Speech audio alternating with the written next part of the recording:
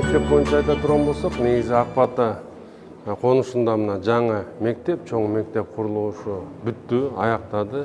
Жакынкы арада биз мынакей 30 августта президентибиз урматтуу Садыр Нуркожоевичтин 100 соц объект деген алкагында мектеп ачылган болчу.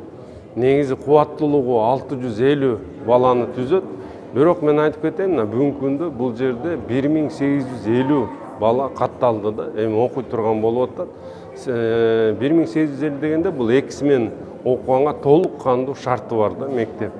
Бул эң чоң мектеп болуп эсептелет. Бүгүнкү күндө анан болгон заманбап спорт залы менен, актовый зал, столовый бүт тиешелүү кабинеттер да бар.